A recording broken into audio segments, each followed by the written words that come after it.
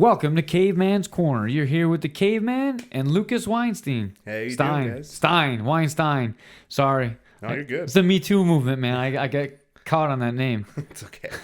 That's true. Oh my God. And of course he's from here, right? Of all the cities to have lived in, he went to UB and started there. Of course, everyone assumes. Everyone assumes what? That I'm somehow related to him. Are you? Unfortunately, I guess in 2019, I'm lucky to say I'm not related to Harvey Weinstein. I will say that, like, probably about a decade ago, before anyone knew what he was doing, that it would probably be a cool thing to say, but thank God I never, lied and told people I was. Yeah, that would be a horrible thing. Yeah. So, man, I don't know too much about you. We sat downstairs and we talked for a couple minutes. But I kind of brought you in a little bit cold. I know that you do jiu-jitsu in your blue belt. This is true. And that you just competed in a tournament. You look pretty good. I did okay. Had Mr. Weiser in a Kimura. That's the last thing I remember seeing. I barely remember it. So, I'm a big proponent for unions. I'm actually the union steward where I work. And if anyone doesn't know, you stood up to get a union into Spot Coffee and you were fired. And a bunch of other people were fired. And there's a protest outside. And eventually they hired some of the people back. You didn't get hired back. But I want to hear the story in your own words. Sure. Besides for some caveman bullshit breakdown. I'm all for caveman bullshit. All right. So, I guess I'll start at the beginning. I worked for Spot Coffee for the better part of 5 years. If I had still worked there up until this month, it would have been exactly 5 years. Back in the beginning of June, I was the manager of the Williamsville location. Spot at this point has I think they're up to about 17 locations, but Williamsville was in the first few. I think it was the third store built. But I was there for the last 5 or so years. Back in June, kind of without anybody knowing anything about what was happening, we got word in just a news article we saw posted online that Spot Coffee in Rochester, the only location that's in Rochester, voted to unionize. And we hadn't heard a single thing about it. We barely knew what that meant. And all of my employees came to me just suddenly asking me, hey, we just saw that this happened. What does that mean for us? What does that mean in general? And I knew absolutely no information to give them. And then just kind of randomly, and I was going to look into it. I tried my best to, but there wasn't too much information accessible. Can I stop you for a second? Oh, yeah, go. I already got my first question. Oh, please go. I hope I have an answer. Is Spot Coffee a chain, or is it owned by one independent owner? So that is information that has more come to light in the public lately. Spot Coffee originally was started by a Buffalo couple. They opened the first, I think, 4, maybe 5 of them when they were still in ownership. Then back in about 2000, this was in the late 90s, I believe, is when they opened their first one. Then somewhere around the mid, I think 2004, 2005, I think they got into some financial problems and were looking to sell it. And they were bought out by kind of like a conglomerate based in Toronto. It's called Lorenzo. The last name of the family is Lorenzo. And he's the chairman. Fertitta? Yeah, you would think, right? No, I wish it was Lorenzo Fertitta. That would make him a lot more interesting of a person than this guy. Although, I won't say he's not interesting. He's just kind of a bit schmucky, but such is life. He is the chairman of the board of Spot Coffee, but he made his money in, I believe, mainly in oil, living in, Toronto. Older dude. At this point, I think he probably, I gotta say 70s or so. He appointed his nephew, his name's Anton, as the guy who's gonna hey, Anton, here, run this for me. And I guess to their credit, they built it more and more to the point now that there's about 17 stores. But they're all located in this area? So most of them are in this area. At this point now, there's the one in Rochester. They have one in Hartford, Connecticut. They used to have one in Toronto, closed it. They used to have one in Florida, closed it. There's one in Saratoga. There's one in Glens Falls. And then the rest of them are all in the Buffalo and the Southtowns. So it's just they're opening another one. They have them. They're putting them in Tops now. Mm-hmm. There's one that's going to be opening in Tonawanda. I'm not trying to do PR for them. I'm realizing that this is trust me. I'm not trying to tell you, hey, you guys should definitely go. But no, they're still somehow growing besides the point. So no, they are a chain. They were originally a Buffalo-based chain, and locationally, I guess they still are. They still call themselves Buffalo's Neighborhood Cafe. but they're very much owned by a Canadian organization. So is there separate owners? Do they own everyone? They started franchising them out. At this point, I think there's probably about 3 or 4 that are franchises. They do the. I'm not trying to. I'm by no means the right mind to be talking about like the legal side of things and like how like their taxation and all that works. But they kind of seem to. They go back and forth between having franchises and being corporate stores because a lot of times people will buy in for the franchise, and it's happened a few times now where they're like, I don't think this is going to work, and then sell it back to them. Right, because if they're separate franchises, they can probably get around being union in some and not in some others. That's kind of where I was going with my questions. Yeah. That is true. And that was like a bit of like a stumbling block that when we first started looking into like how we were going to go about unionizing, it was something that we had to look into because we didn't know if we were going to be able to. And luckily they were, but you can't, it's weird. You can't really, you have to do it either as like a whole, or it doesn't work as much as if you have like a bunch of individual like places unionized, because then what are you really fighting for? Right. Yeah. But okay, so back I guess to the story, right? So Rochester unionizes. People come to me wondering what's up. I don't have any answers, and somehow within like the same few days of people starting to ask and the news coming out, I got wind from someone who worked at another store, a friend of mine who worked at the Hurdle location and at the Elmwood location, that they're roommates, that the person who helped organize Rochester, the union, it's called Workers United, we're going to come with one of the people who unionized at the Rochester store for like an information meeting. And here's let me preface everything that comes out now with saying that up until the day I heard that Rochester had unionized, I knew jack all about unions. It was not something that was in my eye line. I was pro union. I was pro the idea that like workers should have the right to organize and like at the very least like should be treated fairly. But I didn't know that necessarily was like what unions were all about. I've since found out that it's in my bloodline because my grandfather on my mom's side is all from Buffalo. He was like Cheektowaga, born and raised, as was my mom. He was a steel worker. He was the what's it called, the steward for his like union, for like his steward, for his like steel shop, but I really didn't know much about it, and if anything this last few months has really been an education for me. But so there's an information meeting that's going to be held, and I was like, oh, perfect, now I'll have something that I can tell my employees. This is amazing. Like it just like happened to be. So I go to this meeting. Everyone goes around introducing themselves, and they get to me, and I tell them, hey, what's up? I'm Lukas. I'm the manager of the Williamsville location. And this like look comes over like the people who's come face, like, oh, you're a manager. And I was like, yeah. And they were like, oh, and you're here just like, why are you here? And I was like, oh, because I'm supportive of like everybody being treated fairly. It seems great. Like, why wouldn't I want that? And they were like, oh, well, that's great of you. But just so you know, like, you're a manager, you can't really be a part of the union. Like, we're super happy that you're here and being supportive. Obviously, your heart's in the right place, but you can't be a part of it. And I was like, well, I guess that sucks, but like, but I mean, I'm still supportive of it. And they were like, okay. They just told me that you shouldn't like say too much to like your like higher ups, just because like you don't want them to like get nervous about you. And I was like, that's fine. I won't talk too much about it. I don't want to like screw anything up for you guys. So cut to about a week or two later, and my COO comes to me. My COO I was the manager of the store. He's who I report to on like a weekly basis, let's call it. He's my boss.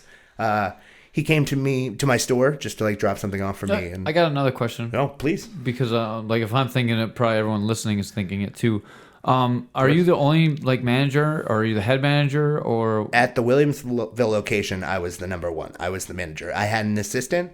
I had a kitchen manager, and then supervisors. But at that store, I was the manager. Okay, cool. All right. Yeah. That was my question. Yeah, for sure. As far as I can tell, like the whole thing is that like people who have hiring and firing power are people that can't be a part of the union. Because like when I'm skipping around probably, but when like the whole like negotiation part came for like when the vote, there was a whole big to do about like, hey, can the assistant manager vote? Can the kitchen manager vote? But managers are just nixed. So yeah, cut to. maybe 2 weeks after the meeting, COO is dropping something off for me, and he just says to me, like, kind of casually, like, hey, you hear about this, like, meeting that, like, happened? This, like, whatever, like, the people who unionized in Rochester, like, came to, like, Buffalo. And I was like, it's weird.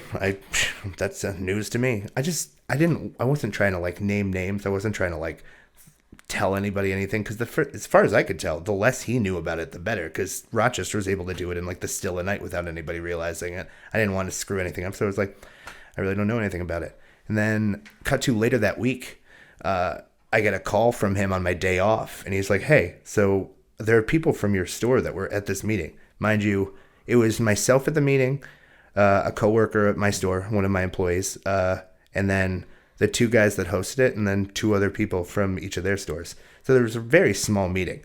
But he says, so there was, like, people from your store at this meeting. Who was it? And I was like, it's news to me, man. I have no idea. He goes, all right, it was your day off. And I was like, yeah. And he goes, all right, well, I guess I won't keep you. This was a Friday. I was off that Friday and Saturday. Probably had something on, but I was off that Friday and Saturday. My next shift was Sunday morning. Sunday morning, I get to the store a little early before we open up, just to set up, as you do at a coffee shop and work any food service place. About 5 minutes before we open, I'm turning around, and suddenly my COO is standing in front of me, and I'm just in back. I was like throwing something through the dishwasher. And I turn around, I'm like, oh, whoa, what's up, man? What are you doing here? He goes, here to talk to you. And I was like, oh, okay, what's up? In my mind, I'm thinking, like, he's just dropping something else off, or, like, who the hell knows? Why is this guy in my store 5 minutes before we open on a Sunday? So he goes, come talk to me. And again, empty cafe other than myself and, like, my cashier that was there that morning, sits me down at a table in the cafe. And I go, what's up? And he goes, I'll just tell you, like, try and say word for word exactly what he said, because it's crazy. He goes, well, I wanted to do this in person. Didn't want to have to do it over the phone, but I just wanted to let you know that we were talking about it, and we're going to go in a different direction with the cafe, and we're going to be letting you go. And I said, excuse me? Because, again, I think back to that moment, I was just kind of like, I had a feeling something was wrong. You don't often get sat down in, like, an empty cafe by your COO. I'm like, why am I going to sit in, like, a complete, like, if he had something, he would have just said it to me. But either way, so I'm just kind of like, so why am I getting fired? I asked him, and he goes, well, so we're just, like I said, we're going in a different direction. And I was like, all right, but, like, I didn't do anything, like, wrong. Like, what am I gauging here? Can I, like, stay on in some other role? Like, or am I? And he goes, nope. And he goes, just going in a different direction. And he says, go, I'm sure you have your stuff here. Go and grab your stuff. Turn in your key on your way out. And I was like, at that point, I mean, it was pretty clear I wasn't going to get anything from him informationally. So, and in my head, I should say, after that phone call that he gave me on my day off, I called the other employee that I was at, like, the meeting with me, just like, hey, I don't know how he knows this, but somehow he knows that there were people at the meeting from our store, and I'm pretty confident he knows it was me, because I don't know why else he would be pestering. I told him, so be careful, because I didn't tell him who was there, because I'm not trying to, like, throw you guys, like, I'm not trying to, like, get anybody in trouble for this, but just so you all know, be on the lookout. So I get fired that Sunday. I let the main person that I've been dealing with throughout all of this, that's been helping us out this whole time at Workers United, his name's Richard Bensinger. I couldn't say enough good things, and how, like, incredibly warm and helpful, and, like, much this guy has fought for me and for everyone else. But he really has fought tooth and nail for me more than a lot of people. I've had people in my corner my whole life. I'm very lucky for that fact. But this guy, just in the last 3 months, after having never known me a day in my life, has gone to bat for me like no one I've met. It's crazy. But Richard Bensinger, I call him, I let him know. He says, okay, well, something's probably up. 2 days after I get let go, the 2 people who hosted the meeting, a guy named Phil and someone named Phoenix, both work at independent spots. One was at Elmwood and one was at Hurdle. Both of their managers got phone calls from the COO saying, whatever you have to do, but both Phil and Phoenix, cut them, fire them, get them out of there today. And he didn't tell them necessarily why, but the writing was on the wall as to why. So, at this point, the 3 of us have been fired. So word of both myself, Phil, and Phoenix's firings travels very quickly through, at the very least, the 3 stores from which we were all fired. And everyone gets, understandably so, pretty worked up. So did the union stand up for you guys at all at that point? Were they in communication Workers with United? You? Yeah. When I got let go, mind you, again, it was about, at this point, by the time I like left the store, it was about maybe like 7:10 in the morning on a Sunday. I hadn't slept much. I'd gone out the night before. I was just going in for a shift. And I was like, it's going to be a rough Sunday, but we're going to make it happen. So at this point, it's 7:10. I'm shell shocked. And at this point, I've just sitting in the parking lot. I called my mom, my dad, because at this point I'm like, well, I don't really know who to talk to. My girlfriend's asleep at home. I'm not trying to wake her up, but at the very least I can call my parents. And then I called Richard and I let him know what had happened. So he was in contact with me the whole time.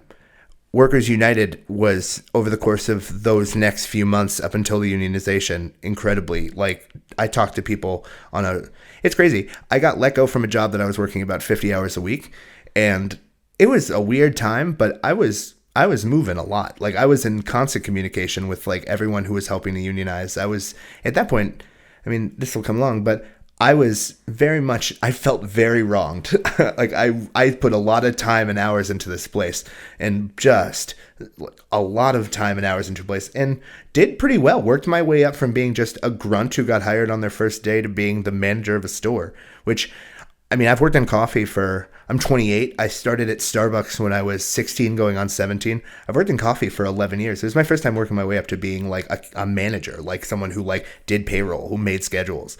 So like I put being let go after confirmedly knowing that I was let go for, I mean, I don't know if I cursed, but very much bullshit.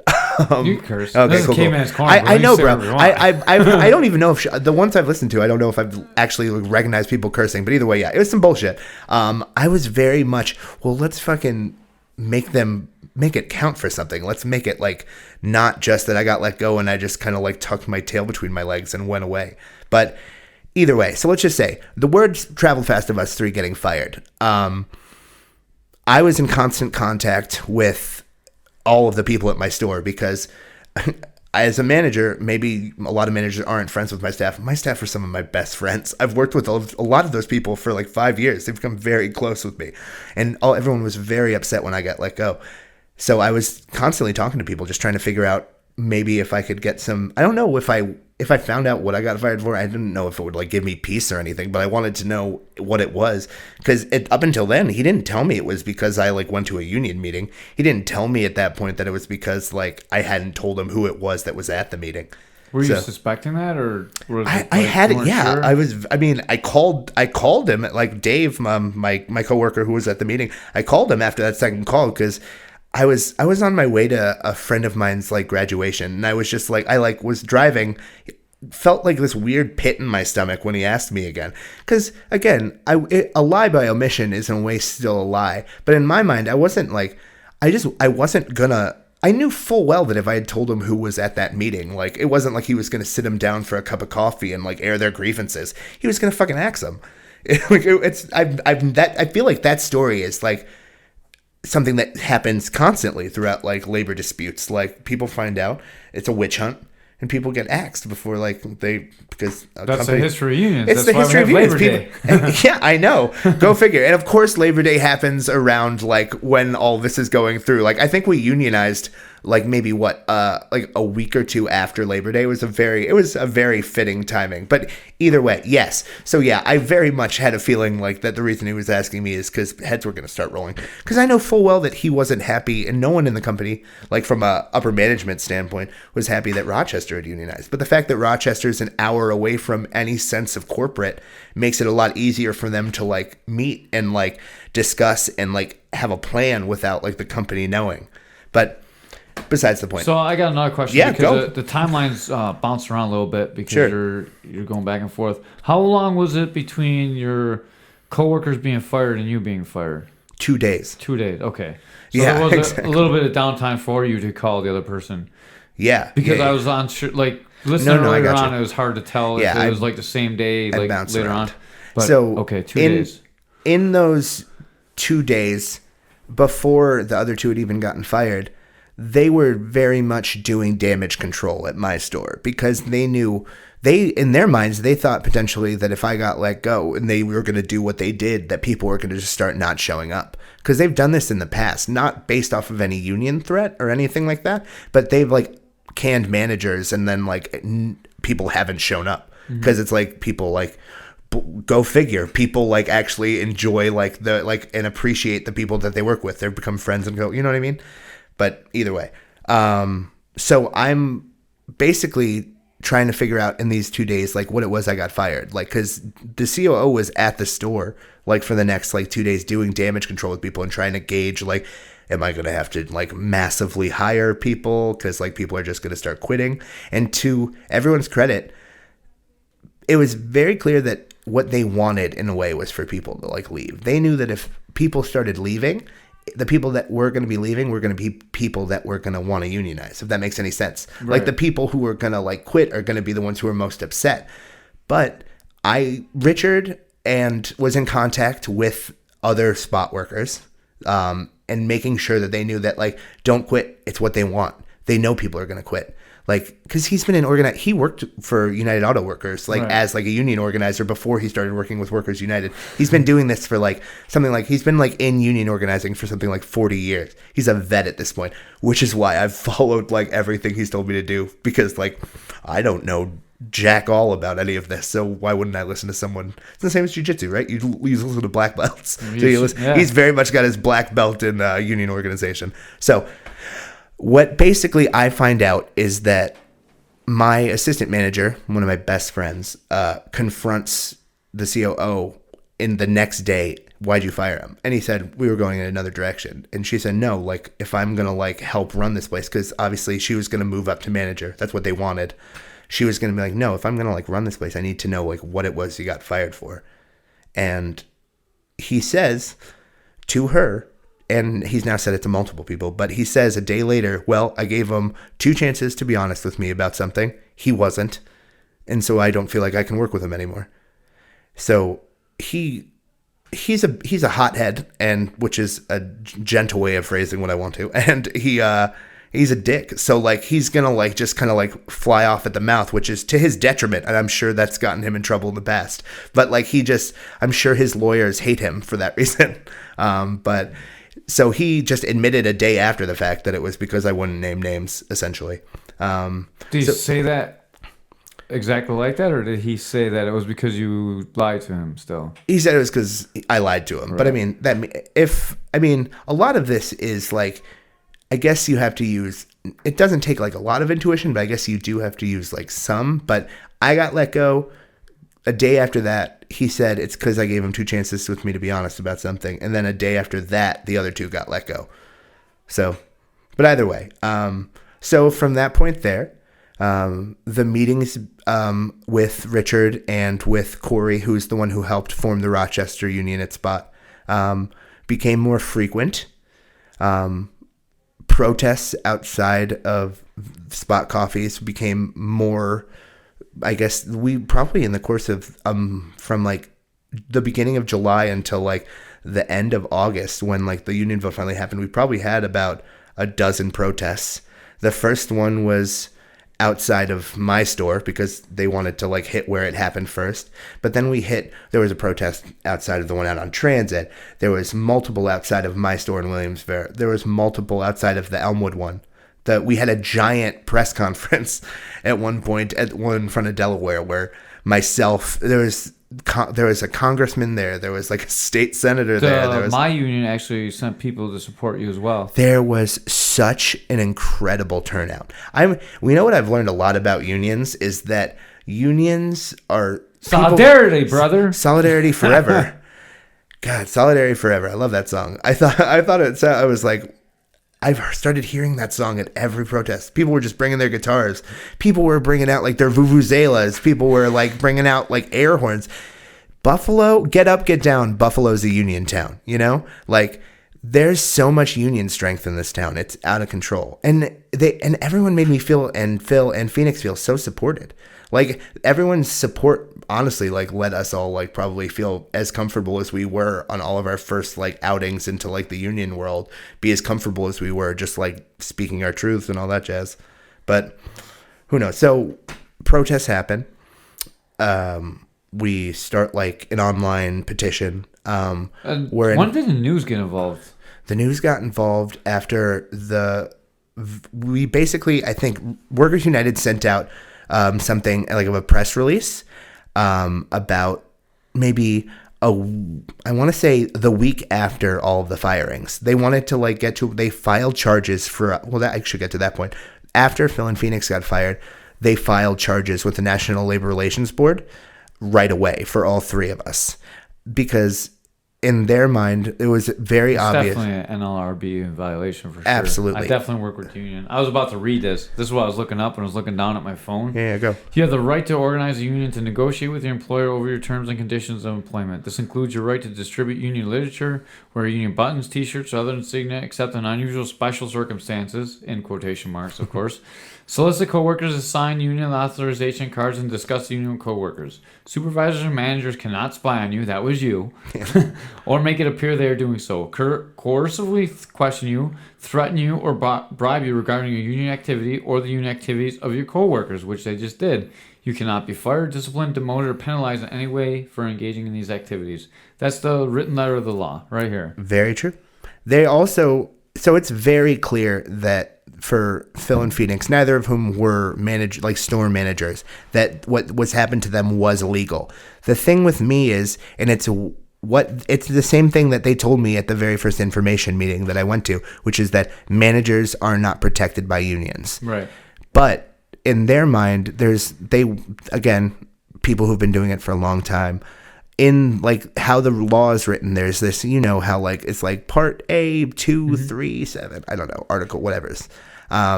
They did the one thing that they could have done that would make it what they did to me as a manager illegal. Apparently they did in the union's mind, where Workers United's mind, which is that you cannot fire a manager if it is being used as an intimidation factor to the employees of said manager. Right. Which is, in a way, exactly what happened, because they knew full well that if they fired me, that they thought that it's kind of like a Hydra situation. They think they cut off one head. They cut off the three heads of the people they thought were most responsible.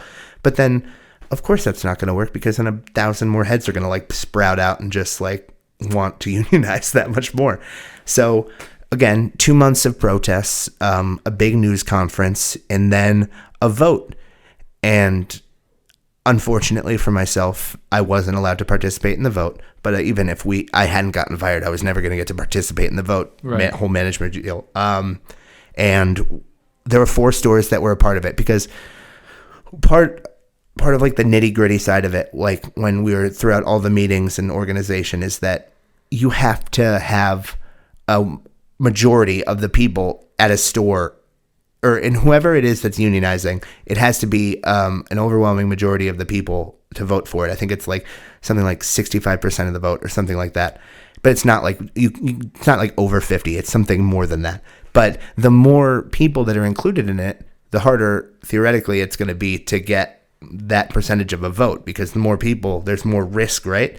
More numbers. So we tried to drum up support in as many of the stores that we could.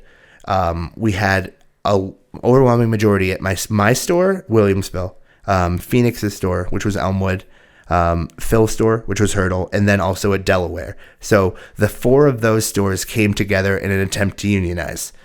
Because throughout this whole time, there's like the card process where you get people to sign your cards, like union cards, where it says like, yes, I'll support the vote. And then the vote was announced.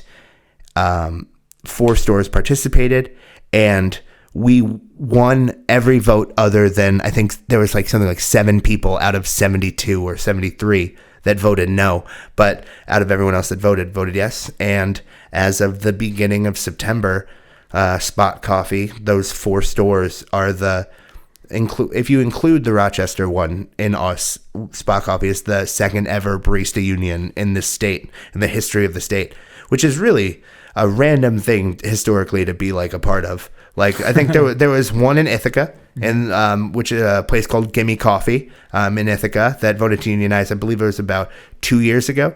That Workers United was also a part of, believe it or not.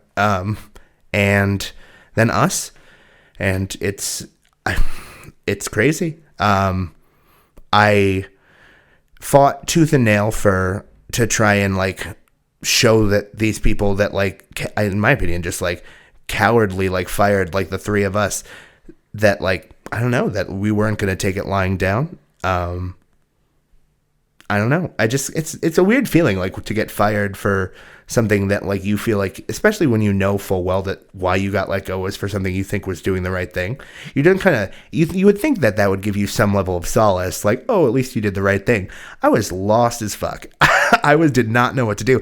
I graduated college back about 3 years ago. I went to UB. I worked in coffee for about 11 years. What'd you graduate in? I graduated from UB with Jesus Christ, a BS in psych. So, because I thought I was going to go to grad school for clinical, and then about with a year left in my degree, I was like, oh my God, I don't want to fucking do this for the life of me. I don't want to do this. But you get so deep in a degree, and it's like, I don't know, it's like the American prerogative is like, oh, you got to finish college. My dad's a doctor. My mom's a midwife. I have two like medical professional like parents. So it's like, well, at the fucking very least, I'm going to finish college. Like, I don't think I would have ever heard the end of it from them if I didn't. I'm sure they would have been supportive one way or the other, but like I was going to finish school. But yeah, I have a BS in psych from UB. I don't have any much desire to use it. I thought about getting into like social work to some degree. My girlfriend's a social worker in Niagara Falls. It's a field that like needs more men in it, which she constantly says to me, you're a guy, you would get hired in a heartbeat. What are you talking about? And I'm just like, I just kind of like working in service. There's something so familiar about working in the service industry that like, I don't want to work a desk job. I can't imagine, like, I'm very much the person who, if I'm like, it's part of why I did school this way. I can't sit down for like a long enough period of time without like eventually starting to like drift away. If I'm talking and I'm being present, like if I'm being on like one of my coach's podcasts, I'm probably going to be more present. But like, if I'm just like listening to somebody just like drone in a lecture, I'm going to pass out. And if I'm sitting there just trying to do like paperwork, I'm going to fall asleep. So the service industry works out well for me so far. I could argue that this worked out well for me, the whole spot thing, because even though I got fired, I should finish the story in a way. We won the union vote. The NLRB ruled that there was a charge they ruled for Phoenix and Phil, told Spot that there was an issue and that they needed to correct it. And as of, I think last week, officially, I think maybe this week, they worked their first shifts back. Did they get paid for hell yeah, they got back pay. Yep. Yes, they did get back pay. And I couldn't be happier for them because they fought hard, if not probably much harder than me to like for this whole union thing. They're the ones that hosted the info meeting. It's very clear they've wanted this for a long time. But to be fair, workers deserve to be treated with like dignity and respect. It's crazy like the times right now and just like how much people get shit on and like so many different career paths people just like have zero respect for. There's a reason why like this barista union went through.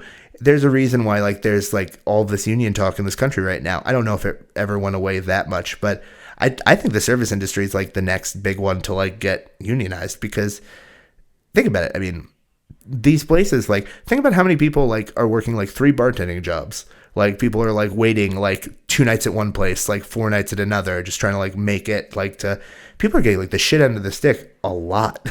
And I think if like places like were to come together and like be like, hey, what, you think that we deserve to get treated fairly? Oh my God, so do I. And then it's like make something happen, you know? You know, we just got our union in 4 years ago now. Nice. Where I work, OSC, and I was one of the people that negotiated the initial contract with my union. And the thing I would say is, if you want to get a union, man, it's so hard to get people together, and that's another problem in society I feel today. But the union really is about being having solidarity, and we almost went on strike, but we didn't have enough union support like in our building for people to stand up for what they really thought they were worth. I mean, people bitch about it, but when it Constantly. comes down to the time where you need to stand up for yourself, and it's like, well, look, here's what's going to happen. If we say no to the contract, we're going to go on strike. And if we go on strike, everything goes back to the drawing board. So I have a lot of respect for the auto workers that have been on strike for 31 days. And it looks like that they're going to get their union contract ratified right now. Really? They came to initial agreement, but that hasn't passed through anything yet. It's still got to go through the union. And So many hoops. Yeah. There's so, Well, here's the thing dealing with the contract, man. People, they have... So you sit down with your union, the union representatives, and you guys come up with what they're going to ask for. And then we walked in, and our negotiator for the shop that we work at is like, "Here's our offer, final deal." And it was like nothing. It was like absolutely the same contract as we had after like a great year, you know. And like when you're negotiating with a corporation or an entity, that's what you're dealing with. Yeah. So it's so hard because it's so hard to be honest. Because you're always worried about people going back and telling management what's going on. So, like, you sitting in that meeting, probably all those union guys are probably like, what the fuck is this guy doing in here? I know. We want to get him out of here, you know? I know. They told me that, like, I asked them, like, right when they found out I was a manager, they, like, said, "Oh, just so you know, like, you probably, like, shouldn't in theory be here." And I was like, "Oh, that's fine. Like, I can go. Like, I just want you guys to know, like," and they were like, "No, you don't have to go, honestly." They were like, "If you want to stay, you can stay. You're obviously on the right side of things. Mm-hmm. Like, you wouldn't be here if you weren't." And I was like, "Okay."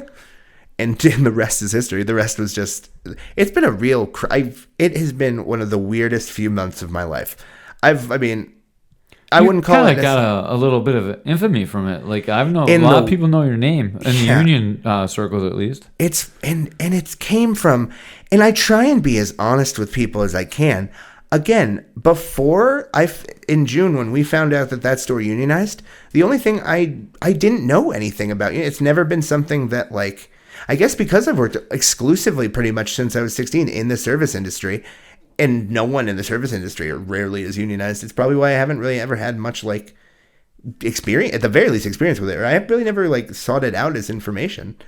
But yeah, it's crazy. People very much, like, reckon it's weird. Working at this new coffee shop I'm at now, I know that's probably what we were going to get to, but working at this new coffee shop now, people come in and, like, say, like, "I'm so glad that you found a place. Like, I'm so glad that you're here. Like, oh my God, you're doing so well." And then, like, we've seen, like, and somebody bought me a sandwich at the Pink the other day. Like, I was out just drinking and, like, one of the bartenders was like, "Lukas, right?" And I had no fucking clue who this guy was. And I'm like, "Yeah." And he literally just goes, "Union strong, brother." And then and I was like, "What are you getting?" I was like, "I was just going to get like a steak sandwich." And he goes, "It's on me." And I just go, "Sick." Also, let me just give a shout out to the Pink. Really is the best steak sandwich in Buffalo. Where's the Pink? The Pink's on Allen. It's like the dive bar on Allen. And you would never think, you walk into this place and you never ever think that, like, you should eat any food that comes out of any kitchen involved with this place. But for whatever reason, that sandwich lives on in infamy. It's because, it's not like a shaved, it's a big fucking steak on, like, a hoagie roll. It's just like, sometimes they'll put onions and peppers on it if you want, or, like, they'll probably do something, but it looks on a grill that looks like it hasn't been cleaned in, like 20 years, 30 years. But that's not usually how our plugs go, by the way. Usually we say the kitchen is flawless. Yeah. So if you're looking to sponsor Caveman's Corner, this is unpaid advertising. All right. Well, sorry about that. Well, luckily it was just, I guess it sounds like a mixed review, but I'm telling you, you'll be happy with the sandwich. But yeah, people, it is a weird level of infamy. It's a really weird thing to be known for. Like, if you Google my name, like you put the quotation marks around my name, like, and go to the news, that's what pops up, which leads me to a whole nother aspect of things, which is, like, in my head, I'm like, well, fuck, they really just kind of screwed up my resume. Because, like, I was like, what am I going to do? Like, I worked my way, I've been here for 5 years. What am I going to say is, people are going to ask me, like, everyone knows it's a lot easier to get a job when you already have a job. You know what I mean? It's a lot easier to find, like, a new gig if you're at least currently employed. Or at least so has been my experience. But they put like this weird abrupt ending to it, and I'm like, well, this is going to be a whole kind of conversation with people when people ask me what happened at my last job and why I'm no longer with them. This is going to go into some of my other questions, but did you ever worry that you were going to get labeled as a troublemaker when all the information came out? Like, you're the union starter, man. We don't want you in at our place. Did you ever worry about that? No, and honestly, it speaks more to my level of like probably intelligence or like just not necessarily being a bit of an airhead. But yeah, no, I didn't think about it at all. I just I could say that like an aspect of my life that like is just prevalent and been a thing for a long time is I'm not really like thinking too much about the next step. I'm just kind of like going with wherever like the wind takes me in a lot of ways. Just like I didn't think about it once, but yeah, I'm lucky that like this current gig I got like right on, I'm lucky. I was on unemployment for a month and a half, something that I'd, first of all, never thought of any situation in my life where I was ever going to have to like apply for unemployment. Did Spot Coffee fight your unemployment? No, luckily they did not. That would have been, I don't know why they would have. It would have been a pretty bad look for them if like they were just like on top of like firing me for like union organizing, that they would then be like, and also we're not going to pay into that. Like, oh, cool. He abandoned his job by lying to us. Yeah, it was job abandonment. He doesn't get unemployment. Yeah, no, luckily they didn't fight it. Luckily You're lucky it's not the 20s. I am lucky it's not the 20s. In a weird way, I forget. That is luck, because honestly, they could have fought it, right? And then I would have been like... For sure. I mean, luckily, I was able to put like at least some away over like the years, but like still, yeah, that would have quickly drained if I wasn't getting... I mean...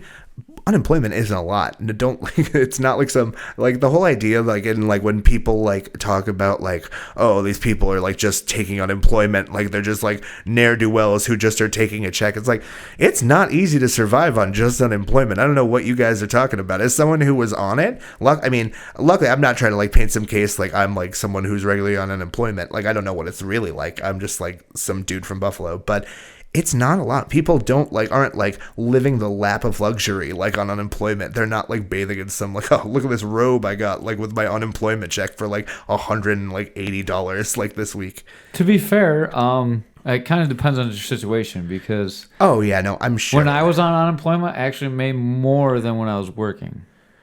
Bro, that's like the other thing. Like, if I wanted to, it's not like it's not nothing, and you are in theory like getting it for not having to like it's not like you have to do anything. But like, here's the thing, like, because it's like also that's sad about that's sad about that you were making more from that than the gig because of special circumstances though. Because my child support got reduced, you don't have to pay taxes. Well, because Obama was in, it was when all the stuff was going on, and they eliminated the taxes on unemployment. So I was actually taking home $405 a week, and my child support was so much less because of what my gross went down so much that I was actually taking home more cash on unemployment than I was working with everything that happened. That's wild. But yeah. I mean, cool. I mean, it's probably better make what do you make?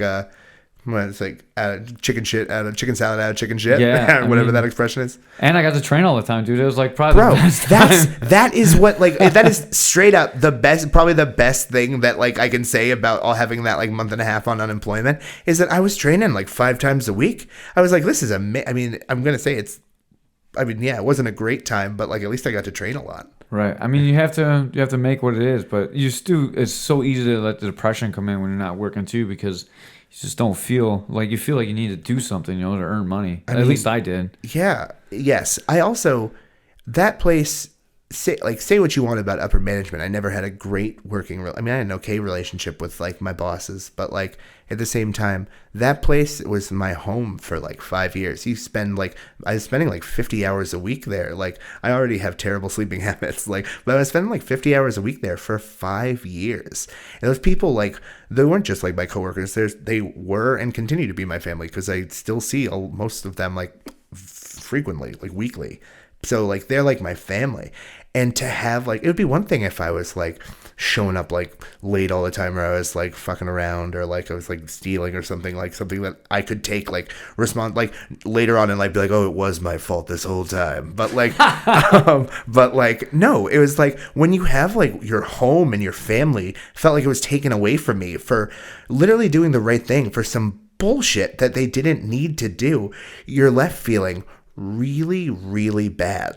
It was a very bad feeling. And yeah, helping to organize and helping this place unionize and now finding another gig, I feel better. I feel good. But like at the same time, like that month and a half, sure, I was getting the train. Sure, I was probably on a better sleep schedule, but I felt pretty shitty. Yeah, of course you do. And did you worry about it any time while you're looking for a job about being labeled as a union organizer? A little bit. I mean, I thought about it. I was like, well, this is going to be weird. But I mean, I straight up, it was weird. My girlfriend and I had tickets already, like plane tickets for a vacation that we were taking in the middle of August. And I got let go right at the end of June. So I kind of took it like, as like, I don't, not like a vacation is obviously the wrong word. But in my head, I was like, well, I'm going to take a few weeks and just kind of like try and figure out what I'm going to do. And then when I get back from this, because I'm not non-refundable tickets and I'm not going to fuck up my girlfriend's vacation. She's still got a job that like she was probably going to want to take a vacation from.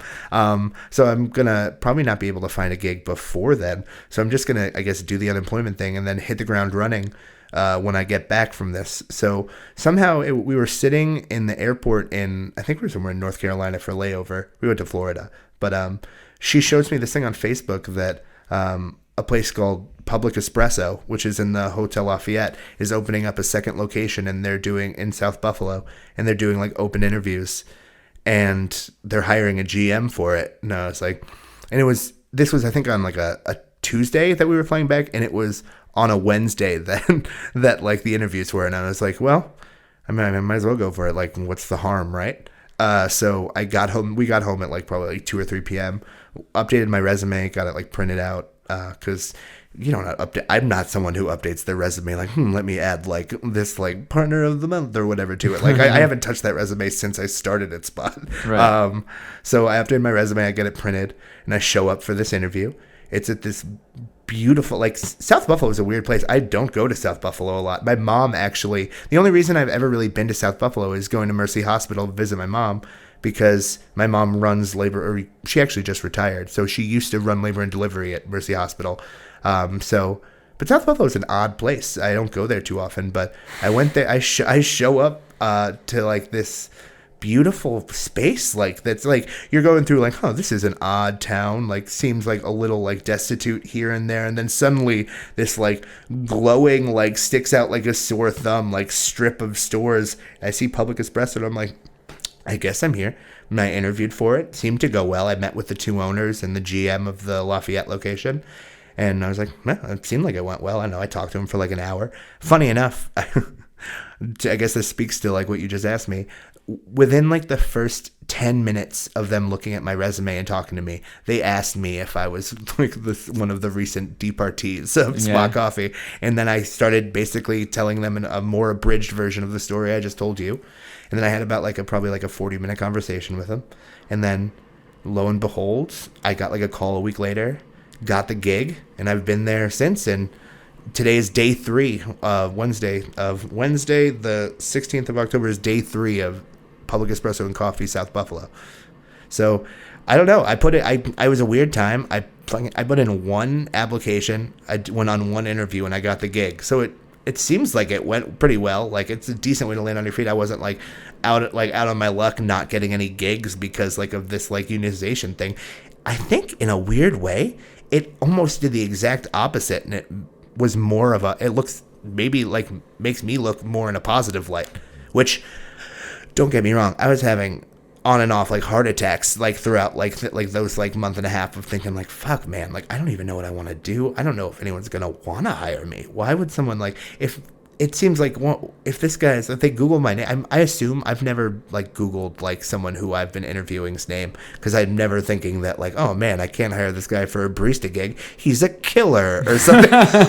Shucks. No, it's like I just figure that if anyone's trying to hire me for like a management gig, maybe they will Google me, and that's for sure going to come up, and maybe they don't want to keep it. But luckily, the guys at Public Espresso were either liked the fact that I was like pro workers' rights, or like were willing to give me a shot, because like other than getting like kicked out for some like obvious bullshit, I have a pretty decent track record with like longevity at companies.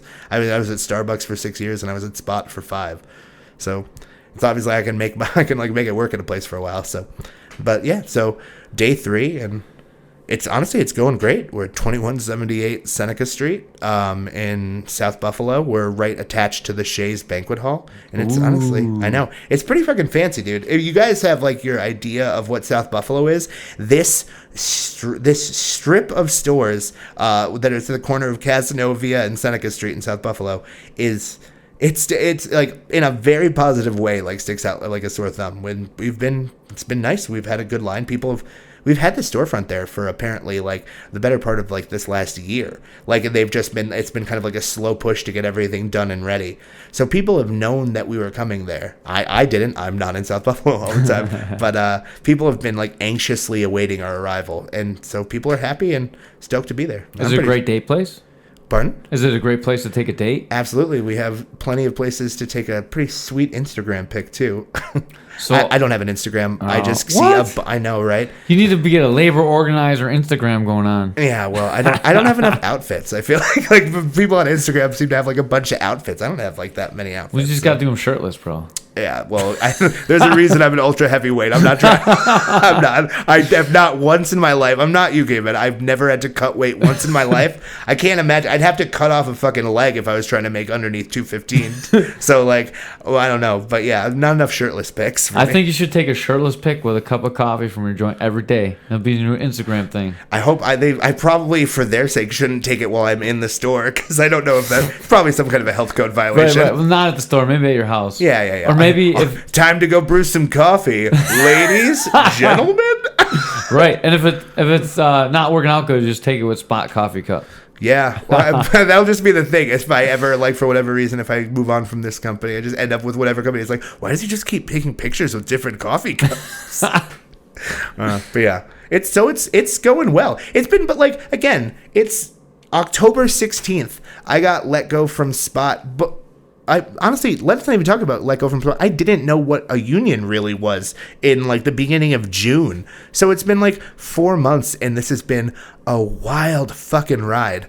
And I've just been trying to like do right the whole time in a weird way. I've been trying to take care of myself, but also like I'm just kind of like going. It's the same thing I told you. I'm just kind of like going where the wind takes me. I don't know what the fuck is up. I've been trying to listen to like what Richard is, and I should say other people's names at this place that have been like in my corner and killing the game for me and for everyone at Spot. Richard Bensinger again. There's someone who's I think Jazz just turned 21. She's literally a Rhodes Scholar. I didn't know that Rhodes Scholars really existed. I thought that was just something that they said in movies, like, oh, they're a Rhodes Scholar. Be like, oh, they've got a brain. This is how I'm supposed to interpret this character. She's literally a Rhodes Scholar studying in England right now. She's 21. She's smarter now than most people will be in their entire lives somehow.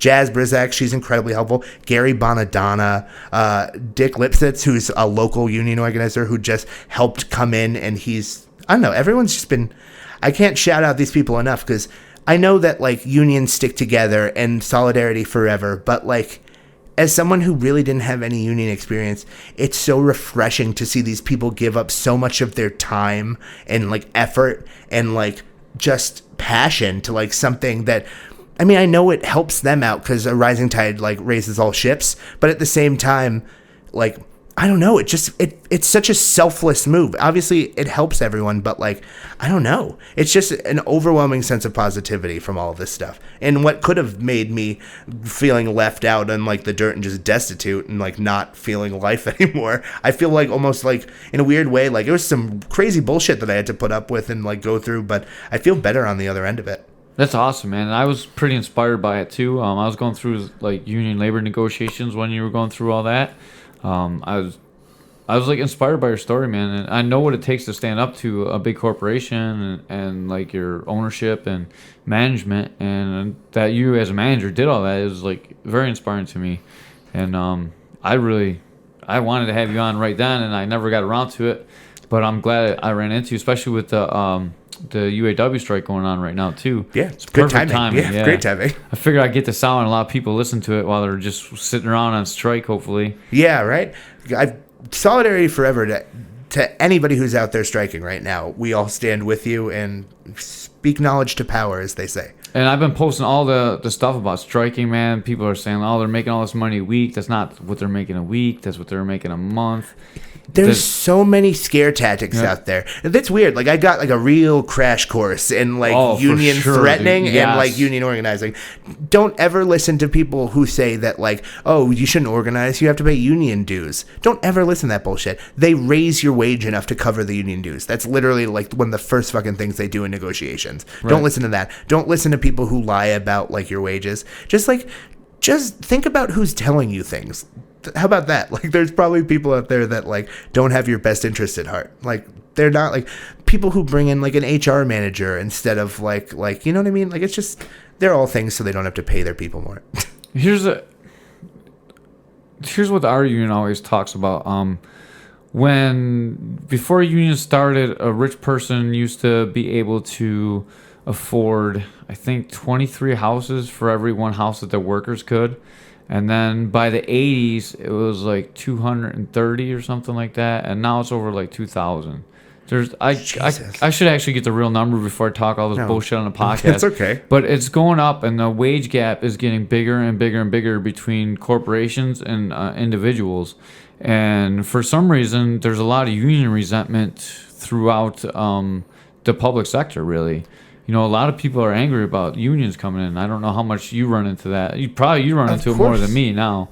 Yeah, I run into a lot of stuff that I wouldn't have run into a couple of months ago. Like, it's amazing, like, the people, like, just, like, driving by protests. Like, when we were out on the streets this summer trying to, like, just fight for, like, Spot Coffee. Here's a fun fact. Spot Coffee doesn't pay their workers minimum wage. They could consider them tipped employees and start them out at $9.30 an hour and then guarantee like $3 an hour in tips or something like this. Like, so you get like at least minimum, but like people aren't tipping like you're a tipped employee. You know what I mean? Like people aren't like, oh, I got to tip at least 18%. It's a coffee shop. They're tipped employees. People drop a buck in there every like 8 customers. Right. But besides the point. But yeah, there are people that would like seeing us out there trying to fight for like just like a basic rights as an employee who are just like driving by in their Mercedes with a thumbs down, just like boo. It's like, yeah, because somewhere out there you're probably just taking your bottom line. It's like there are these fat cats who just like want like their bottom line to be okay. That's not even it, man. Like even most of the people in the industry I work with, just like regular people like me working next to me, they're against unions too. And why do you think? Do you just fear? Like I don't think it's fear. I think it's misinformation, and then you see like rewards laziness, but it really doesn't. I mean, I guess it does to a point. I mean, maybe, but doesn't that just sound like something that they heard and are just like repeating? Like that they don't really know like the exactly like what they're like referencing. It just seems like somewhere along the lines they heard that from someone and be like, yeah, people are lazy. I'm here. Like people like get caught up in themselves and like think like, oh yeah, I'm here. I'm working hard. Why are these people like they don't deserve more than me? It's like, bro, just like talk to like your fellow man that's like working at like a machine next to you or like serving a customer next to you and just like realize you're fighting for the same things. Like it's so crazy. Yeah, or like, oh, they make so much money, but they make that much money because they're standing up for what they're worth. And if they're making that much money, the corporation they work for is making even more money. You know, you got to think of where the bottom line ends. And I think we just need to get more together, even people. Yeah. Like, not just people, like people in the country. Like, you see it all over the country, and it's just getting worse and worse. Like, people... over the world. Yeah, definitely this country. Definitely the world. I don't know. It seems like the wage gap grows. Like, people talk less.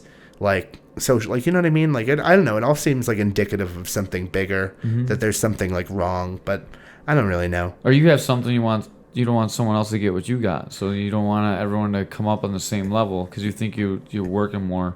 And I know my wife has dealt with unions a long time. She doesn't like the union because she does feel like it encourages laziness, but I think it needs to be a fine line, you know? At the hospital, that's where she worked. She worked at ECMC before, where she is now. Okay. It's kind of like, I don't know. It seems like it is misinformation. It seems that like someone has this notion that like people who like are on unemployment are all lazy, or like they just make these like sweeping generalizations that it's really not the case. Like for every like maybe one person who's like I mean, I've heard that story so many times too from like people who talk to me. Is that like, oh yeah, it just enforces like if people just slack off, like oh they're union protected. Like that's literally what the COO started to talk to me about. Like before I even got fired, when he was just talking to me about Rochester, was just talking about like oh the union's not going to help anything. It's just going to make it harder to get rid of like bad seeds. And it's like, nah, dude, like it's going to maybe do that, but more importantly, it's going to make it so that like the good seeds don't get like the shit end of the stick all the time. It's going to stop stuff like what happened to you guys. Yeah. It just seems like misinformation and people trying to spread like, I don't know, it's the same. I'm not by any means trying to get this into a political discussion, but it's crazy to me that like there's so many like poor people in like the Rust Belt states that are like so supportive of like people with agendas who care nothing about them. It's like somewhere along the line, it's like, how did you get like tricked into the idea that these people like care about you at all? I don't know.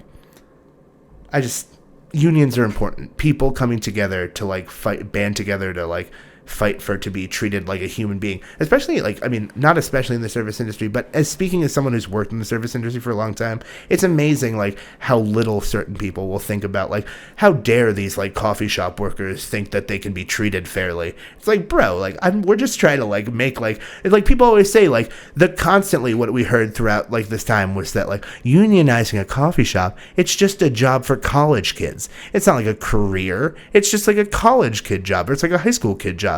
It's like maybe it could be a career if there weren't so many people that were against the concept of treating them and paying them fairly. Like maybe people could make a career and like have like set with a union that they're like annual raises, and like you could like maybe like be a coffee shop worker and still like have a family and like, you know, like and feel like confident in that fact and not have to like worry about like where the next check is going to go and be living paycheck to paycheck or something like that. I don't know. It's just like, it seems just like a lot of bullshit and people not giving like their fellow man like a fair shake. I don't know. Well, I think it's proven out if you just look at it that the rich keep getting richer and the poor and middle class are like shrinking down. The wage gap is definitely growing. It's really a problem. And it's going to be a terrible thing in like 15, 20 years when everything's automated. Yeah. Yes. Automation is like a whole nother like threat to the service industry. It's true. There are already jobs being lost out to the robots. Yeah. I'm not anti-robot. Let that be recorded for like future like robot generations. Like I am pro-robot. I am your friend. Yeah. Me too. Don't kill me. Yeah. Put me in a nicer battery facility. This isn't a smart house, is it? I have to worry about the walls closing in or something. I do actually have a couple Alexas. So no. Okay, well, hopefully I'm pro-robot just so everyone knows. But yes. Me too. So when you put me in the Matrix, I want to be president. Ooh, they're making another Matrix? Yeah, they are making another I'm Matrix. sure they're making another They Matrix. are Matrix 4. Bro, Keanu's they're making another Bill and Ted's with Keanu in it. Dude, he's hot right now. Hot. Super hot. Because he does jujitsu. John Wick 7. Yeah, dude, of course. He is a lifelong martial artist. Mm-hmm. So is Al Bundy. Black belt. I just think that's funny. The guy that always threw his hand in his pants and like unbuttoned the top button is somehow like lethal on the ground. For sure. I love that meme where like I forgot who it was, but it was like two dudes and they're standing next to a super tough dude. One of them's Al Bundy. I forgot who the other one is. He's another actor, black belt. And then there's like a super tough actor guy, and like I bet you Al Bundy and this guy will whoop his ass. What other like famous like non like traditional like martial arts black belts are there? I know the dude from Tool, like the lead singer of Tool, is a black belt. Maynard James Keenan, he's a black belt. Rogan, of course. But I mean Rogan was like also like a Taekwondo world like state champion, like when he was like national champion too, man. He was for real, dude. Absolutely, he was for real. But well, there's Guy Ritchie. That he's a British director. He was married to Madonna for a while. He's a black belt. Is he black belt? He's a black belt. I didn't know that. Yeah, he's a black belt. And now like jiu-jitsu black belt, huh? Jiu-jitsu black belt. Damn. Yeah, no, I didn't know that. He's a bad dude. I don't know. But yeah, there's people, everyone should, this is completely veering off. Everyone should do jiu-jitsu, by the way. I'm fuck all of an athlete, but like I've been doing jiu-jitsu for like the last like 5 years. I love it to death. It's for people who like, I mean, I've always wanted, well, I don't know. I never wanted to outgrow like just like roughhousing with friends. It's a real fucking fun way to do that. I guess. I don't know. I mean, you're more well-rounded than I am. I don't know how to throw a punch for the life of me. I know how to. Everyone knows how to throw a punch when it's time to. Yeah, dude. I would imagine so. I've literally only one time since I started training ever had to like actually like use anything in the street. And I hated that day so much because you never feel like I thought there was like a big adrenaline dump when I first started competing in jiu-jitsu. There's no bigger adrenaline dump than when you have to do some shit in the street. Yeah, for sure. That's even worse than in a cage dump. Oh my God, because fucking there's not like cement in a cage. Yeah. You never know if the guy's gonna stab you or not in the cage. You know he's not gonna stab you in the cage. True. But I mean, in real life, it's like there's all this stuff you gotta look out for. Where's his friends? The situational awareness. Again, then you can't hurt the guy because you're trained. And if I never had, if I never had to do anything martial arts related on like in just like the streets, I'd be super cool with it.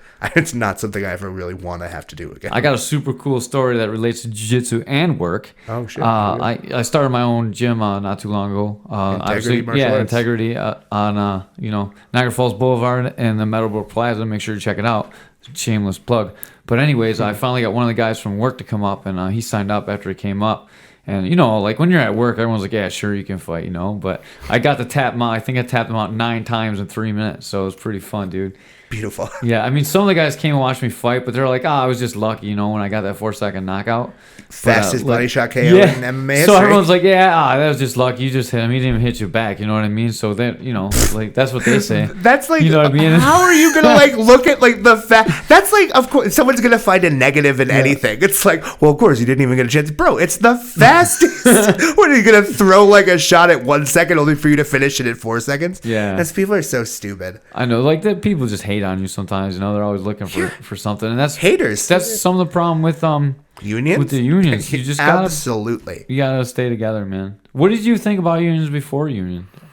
I didn't think of it as like, no, I barely knew anything about it. I knew my grandpa had been involved in them in some way or another, but other than that, I'm relatively liberal.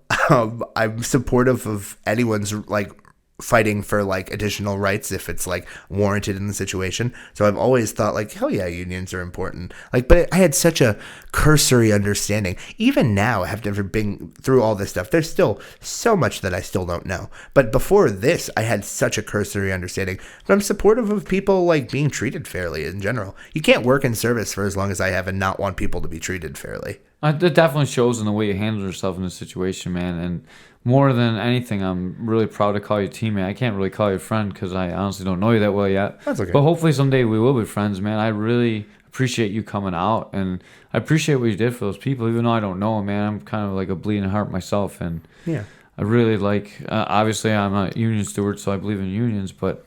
Man, what you did, it takes a lot of courage, and I wanted to have you on Caveman's Corner because this is usually a podcast about fighting, dude. But there's no more important fight than the fight that you just took to the streets, man. And you stood up for yourself. You stood up for your teammates, even though they're coworkers. Same thing, really, right? Yeah, hell yeah. You stood up for your teammates and your gym, which was not really a gym, but it was love like the metaphor. Yeah, but no, it's good. No, it's true though. I mean, they are. I mean, I look at his teammates. I want my teammates to succeed. I want them to like be able to go out there and like just have great lives. I want my coworkers to do the same thing, right? And in a weird way, I was like the coach at that point. You don't want me coaching you.